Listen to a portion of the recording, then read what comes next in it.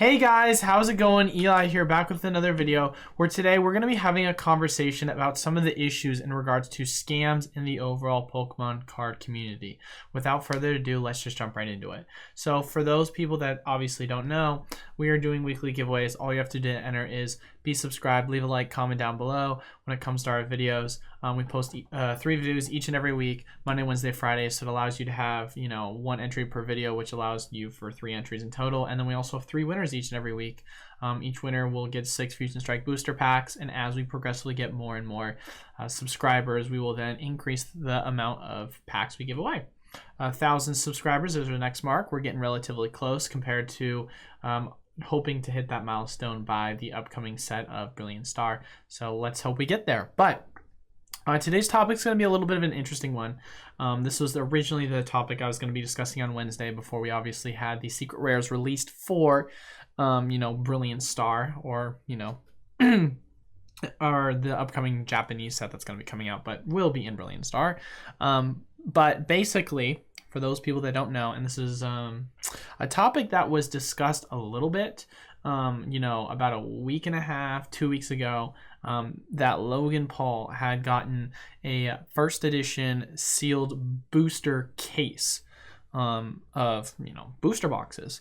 At the time, it was pretty relevant news, but there had been like rumors and kind of reports that it potentially might be fake.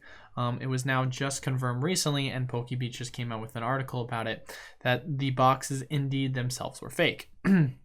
As we can read in this article, in a video posted to his YouTube channel, Paul and the crew opened the case and could immediately see the boxes inside were forged due to their mishap in appearance and poor print quality. The booster boxes were there open and contained G.I. Joe booster packs. YouTube led the investigation in the case and created a series of comprehensive videos discussing why the box has so many flags, which were covered in the article. There's, of course, another, it goes on to say, it appears as if the booster box had been put on auction in Canada, March 2020. Listings were full of total grammatical errors, ton of red flags, sold for $72,500, even though a box like that's estimated for about 3.6. Dubious card seller sold the case to, you can see the name right there, undisclosed amount.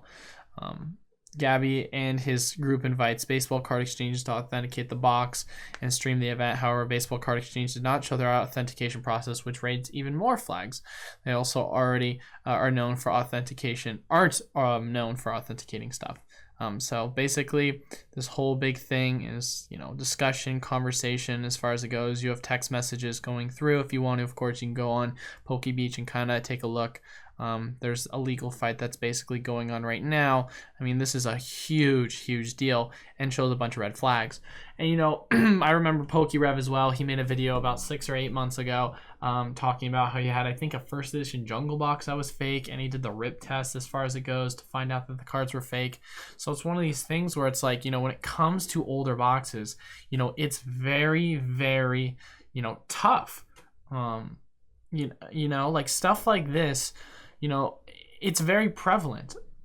And it's really one of those things where I get a lot of questions too. People always ask me all the time, Eli, where do you buy your product from if it's an older piece of product for your collection? And to be honest with you guys, here's the deal. I'll show you guys my 3 kind of places, and one of them you guys should already know. And I'll kind of go through the pros and the cons. So obviously, if I'm getting sealed product, I get it from my distributor. But if we're talking like older collection stuff, I usually go 3 places: eBay, Facebook Marketplace, and then I go TCG Player.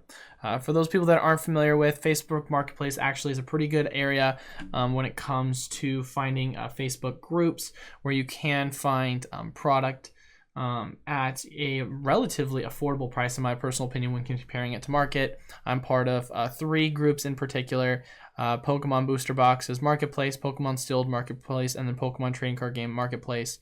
If you guys want to, we can kind of click on it and take a look and see what they have. But as far as it goes, the main kind of reason I joined this group is because they specifically are based on selling older stuff. Of course, I'm going to talk about the pros and the cons when it comes to this kind of stuff. Obviously, pros of it is if you do find a legit kind of sell, you're able to find product that is at a relatively cheaper price than if you were to go, secondhand, let's say like an eBay, because you're going to be able to find product that is not going to have a fee that's going to be charged.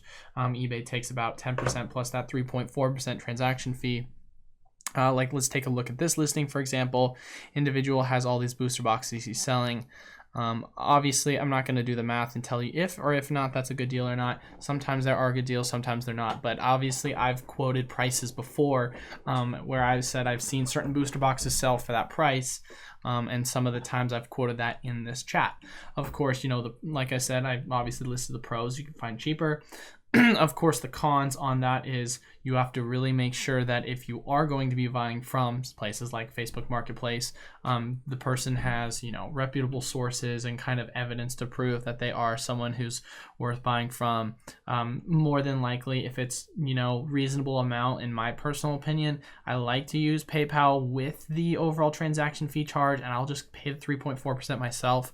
If it's only like $100, I'll use friends and family just because I understand, if that person has enough of a reputation to where I can trust them. But for me, if I'm making a large transaction, unless that transaction's in person, then it just doesn't make sense for me not to use that buyer protection from PayPal over the internet.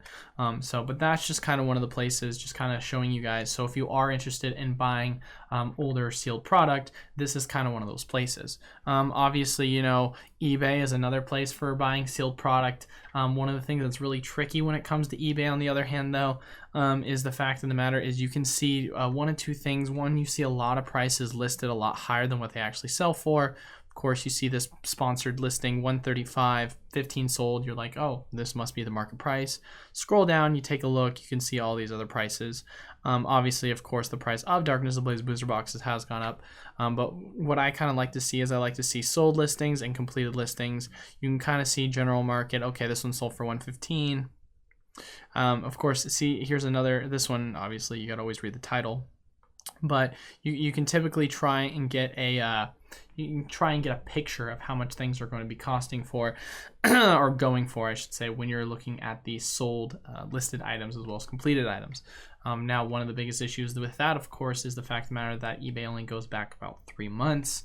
One of the benefit is they do everything through PayPal, so you will have that buyer protection.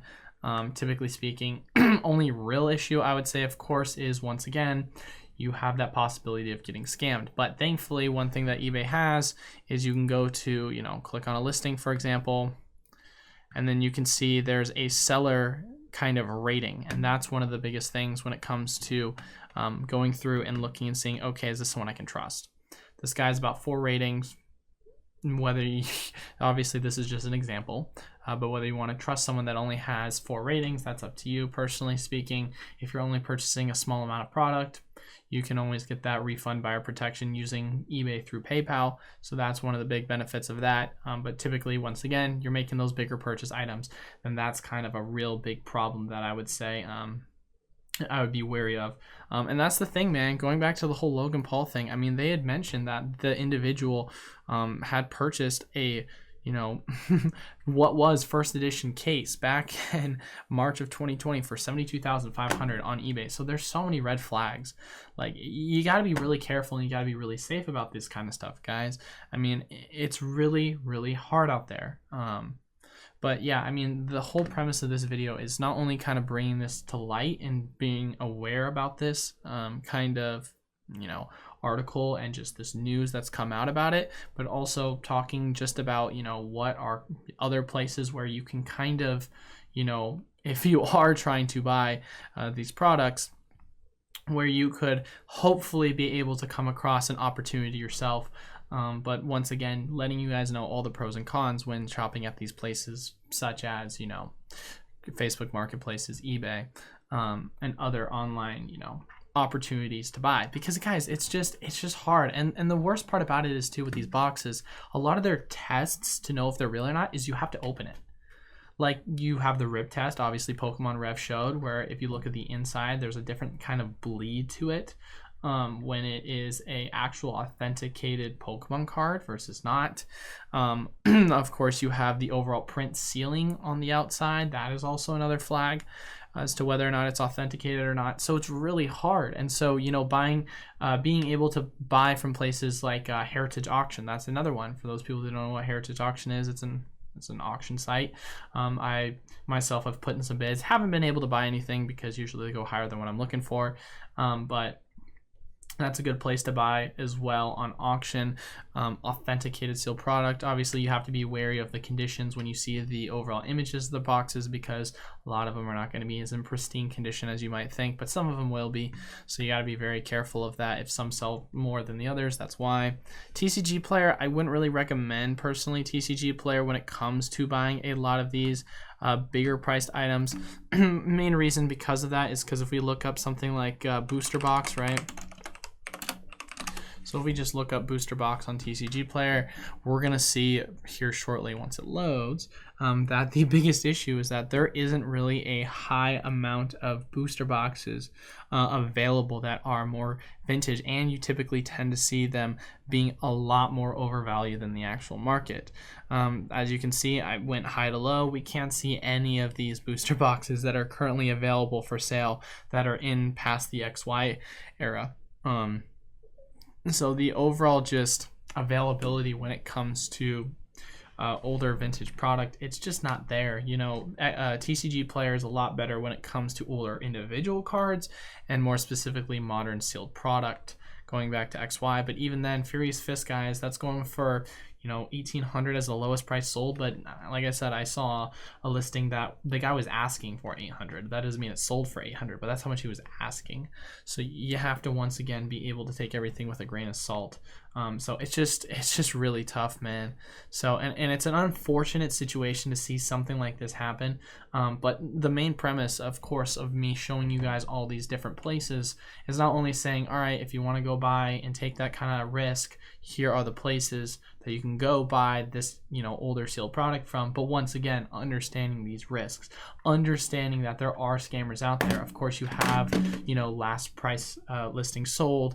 You have the reviews and ratings when it comes to the individual person. You have that PayPal buyer protection. You have that, you know, Heritage Auction buyer protection. So you have all these kind of things that allow you to get protected. But when you're in a situation like what's going on with Logan Paul, I mean, guys, you're putting so much risk into that. And I'm not saying, you know, by any means that Logan Paul's an idiot or anything, but I definitely think there were a lot of red flags and precautions that he could have taken to kind of, you know, avoid this, especially when you say that one of the places that was authenticating it was a sports card authentication service, which is not known for authenticating Pokemon product. Baseball Card Exchange did not show their authentication process. I mean, guys, that's huge. And he's not only just, we're not just buying, you know, jungle booster boxes. We're buying first edition base set. So, you know, this stuff is just, it's really tragic. It's really sad to see. And it's another thing that I kind of want to bring to limelight, because obviously I love to have market talk discussions with you guys, really talk about the future of the overall, you know, market when it comes to modern. And I also talk about a lot of the investment opportunities and older, but one of the things, older, I should say vintage, but one of the things, of course, we don't really talk about is authentication process. You have that with PSA when it comes to your cards being graded, so you have that kind of, you know, security, versus when you're buying a sealed booster box, you don't have that same level of authentication as you would an individual slab that's been graded by a grading company. So that's something that I want to just make very clear, be very, very wary of when it comes to buying a lot of these older products. So, but that's kind of the main news for today, kind of the big talking point.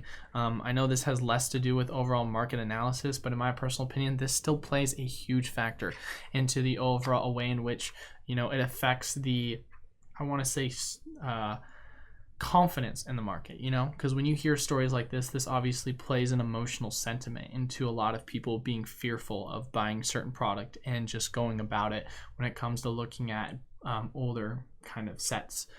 So something that is, of course, very much relevant in my personal opinion to everything going on. But as far as it goes, keeping this video once again on the shorter end, we're about at 15 minutes right now. That's kind of all I have for today's video. As always, doing weekly giveaways. All you have to do to enter, leave a like, comment down below, be subscribed to the YouTube channel.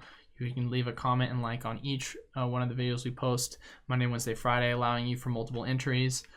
3 winners, of course, as well. On top of that, 6 Fusion Strike booster packs, and we're going to give more and more away as we get more subs. Getting real close to 1,000 subscribers, so I can't thank you guys enough for helping support the channel. And then as far as it goes too, I am just about 100% from COVID, so my voice is about completely back. I have a little bit of a cough, but nothing that's super noticeable. So with that being said, I'm going to hopefully, of course, anything could change, but as far as it goes right now, I'm going to be bringing back our regular streaming schedule starting next Tuesday. We're going to be doing the Shiny streams on Tuesdays and Thursdays again, and we're going to get back to the breakers on Saturdays, all at 11 a.m. Pacific Standard Time. Once again, I apologize so much for the delay on that. I really wish I didn't have to take that hiatus because I was struggling with COVID, but I came back a little bit too early, and I ended up getting sick because of that. You know, I was trying to push through it. I was, you know, doing things that I shouldn't have been doing, thinking I was a lot better than I actually was, and it just kind of relapsed. So I'll be feeling a lot better once this weekend is officially over, and I'll be fully rested up to go on Tuesday and Thursday, and lastly Saturdays again. But thank you guys once again so much for watching. Until then, I will see you guys next Monday. Peace.